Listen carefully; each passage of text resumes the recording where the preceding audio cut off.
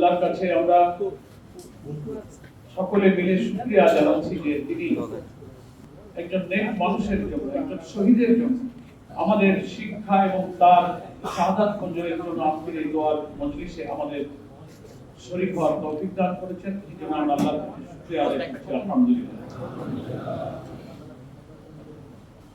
শরীফ ওসমান বিন হাদি মর্যাদা, সম্মান, বীর এবং শ্রেষ্ঠত্বের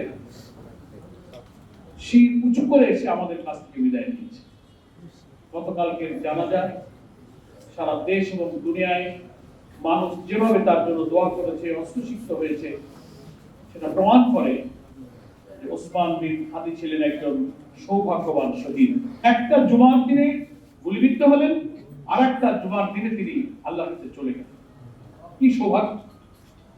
এবং তার যে নেক জীবন, স্বচ্ছ জীবন, পরিচ্ছন্ন জীবন, তার আমল, তার বিনয়ী আচরণ দেশবাসী, জাতি, লক্ষ কোটি মানুষকে মুগ্ধ করেছে তার এই আচরণ। আমার মনে হয় যে মহান আল্লাহ তাআলা তার এই আচরণ, তার ইখলাসকে কবুল করে শাহাদাতের মর্যাদা দিয়ে তাকে জান্নাত দান করুন। ওসমানের সাথে আমার প্রথম সাক্ষাৎ হয়েছে যখন ইনকিলাব মঞ্চ গঠন করলো সূচনার সময়, রাজনৈতিক পরিবর্তনের পর সে আমার কাছে এসেছিল। এই আলফলা মিলনে তখন আমাদের জামাতের অফিসের কাজটা পূর্ণভাবে করবার মতো হয় নাই, কনস্ট্রাকশন চলছিল। তার সঙ্গে সাথে দেখি এখানে এসেছে, সবাই চাইলো, ফোন করলো যে আমরা একটু আসছি, আমরা কথা বলবো, আসো। ওই দিন প্রথম তাকে আমি দেখলাম, দেখে প্রথম আমার মনে হয়নি যে এই ছেলের প্রতি এত প্রতিভা, এত ইখলাস, দেশের জন্য, দিনের জন্য এত মায়া দয়া, পৃথিবীর প্রতি এত নির্লিপ্ততা, জীবন বিলিয়ে দেবার এত আকাঙ্ক্ষা। এখন যা আমি দেখতে পাচ্ছি, তারপরে অনেক প্রোগ্রামে তার আমি দেখেছি, প্রথম দিন এতটা অনুমান,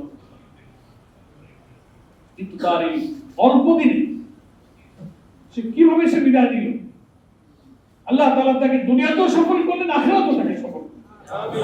কালকে তো জানা যায় অনেকে নানান ভাষায় এই কথা বলছে, চারিদিক থেকে লক্ষ লক্ষ লোকের আগমনের স্রোত যেভাবে নেমেছে, বলছে যে এই যেন দেশের একটা রাজার বিদায় হচ্ছে, বীরের বিদায় হচ্ছে, বিশ্ববিজয়ী বীর যেন দুনিয়ার সামনে থেকে বিদায় নিয়ে যাচ্ছে। বাংলাদেশের ইতিহাসে এই জানাজা, এই উপস্থিতি, জনতার এই জোয়ার, জনতার এই জাগরণ, এই জজবা, এই আকাঙ্ক্ষা একটি বিরল ইতিহাস। লা ইলাহা ইল্লাল্লাহু রাব্বুল আরশিল আযীম, লা ইলাহা ইল্লাল্লাহু রাব্বুস সামাওয়াতি ওয়াল আরদি ওয়া রাব্বুল আরশিল কারীম। ربنا ظلمنا أنفسنا وإن لم تغفر لنا وترحمنا لنكونن من الخاسرين। হাবিব শাহাদাত মঞ্জুরের জন্য আমরা হাত তুলেছি।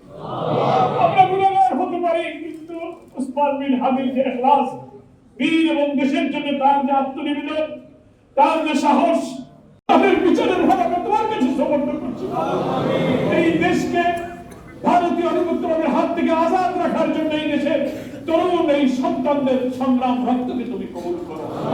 আল্লাহ, এই দেশের মানুষকে তুমি আধিপত্যবাদ বিরোধী চেতনায়, ইসলামী মূল্যবোধের চেতনায় তুমি শক্ত, দৃঢ়, ইস্পাত কঠিন ঐক্য তুমি প্রতিষ্ঠিত করে দাও।